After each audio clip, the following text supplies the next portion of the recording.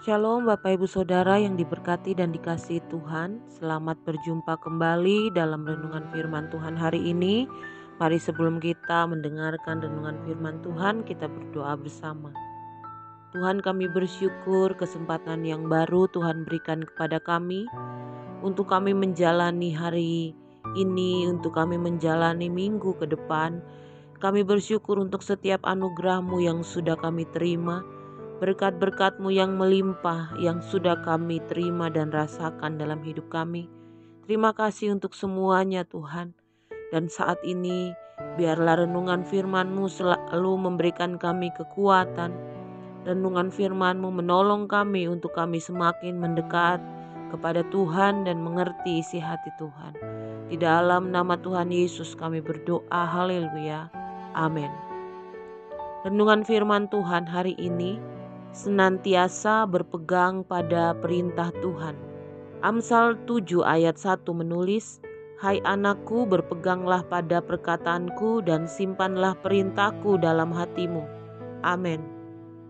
Bapak Ibu Saudara yang dikasihi Tuhan, Salomo selain sebagai raja yang besar dan sangat kaya, ia juga sangat dikenal di antara bangsa-bangsa lain karena hikmatnya yang luar biasa. Hikmat yang ada dalam diri Salomo adalah pemberian dari Tuhan. Dalam Amsalnya, Salomo mengajarkan begitu banyak hikmat dan itu sangat berguna bagi kehidupan orang percaya.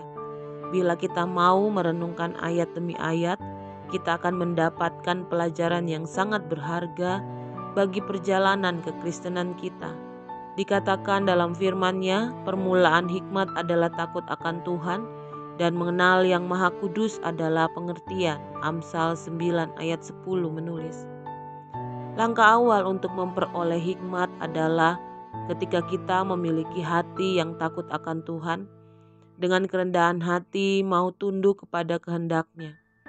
Ketika kita memilih untuk hidup di jalan Tuhan, hikmat dari Tuhan akan dicurahkan bagi kita, sehingga dengan hikmat-Nya itu kita dapat berjalan sesuai dengan kehendak Tuhan. Hidup Salomo sangat diberkati Tuhan karena ia senantiasa mengandalkan Tuhan dalam segala hal. Bapak Ibu Saudara yang dikasihi Tuhan, ingin beroleh pemeliharaan dan berkat dari Tuhan? Inilah kuncinya. Yang pertama, berpeganglah pada perintahku, simpanlah ajaranku seperti biji matamu. Ayat 2 dalam Amsal 7 menulis. Di segala aspek kehidupan kita harus selaras dengan firman Tuhan. Dimanapun berada dan dalam keadaan apapun, kita harus tetap berpegang teguh pada firman-Nya.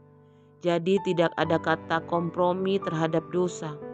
Bahkan kita diperintahkan untuk menyimpan ajaran firman itu seperti kita menjaga biji mata sendiri.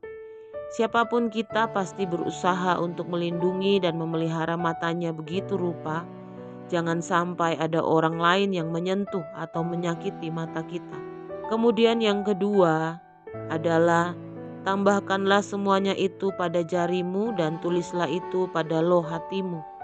Amsal 7 ayat 3 menulis. Dengan membaca dan merenungkan firman Tuhan setiap hari akan membuat firman itu termaterai di dalam hati kita. Firman-Nya akan selalu mengingatkan di setiap langkah hidup kita, sehingga firman itu akan senantiasa melekat dalam hidup kita. Dengan demikian perjalananmu akan berhasil dan engkau akan beruntung. Yosua 1 ayat 8 menulis. Jadi kesimpulannya Bapak Ibu Saudara yang dikasihi Tuhan, jangan sekali-kali meremehkan firman Tuhan karena firman-Nya adalah perkataan Tuhan sendiri dan mengandung kuasa. Sudahkah kita berpegang pada firman-Nya? Amin. Mari kita berdoa. Tuhan, mampukan kami senantiasa berpegang pada perintah-mu dan kepada firman-Mu yang kami dengar setiap hari. Dan hari ini mampukan kami untuk kami bisa melakukannya dalam hidup kami. Berkati para pendengar saat ini dengan segala kerinduan, cita-cita, pergumulan yang dihadapi. Tidak ada yang tersembunyi bagimu. Engkau sanggup menolong setiap para pendengar saat ini di dalam nama Tuhan Yesus. Dan berkati yang sakit, berkati yang bergumul di dalam ekonomi, berkati yang mencari pekerjaan, berkati yang mencari jodoh, Tuhan Engkau pemberi yang terbaik dalam hidup kami. Di dalam nama Tuhan Yesus berkat-Mu melimpah atas kami sepanjang hari ini. Haleluya. Amin. Selamat beraktivitas. Tuhan Yesus memberkati kita semua dengan limpah hari ini. Amin.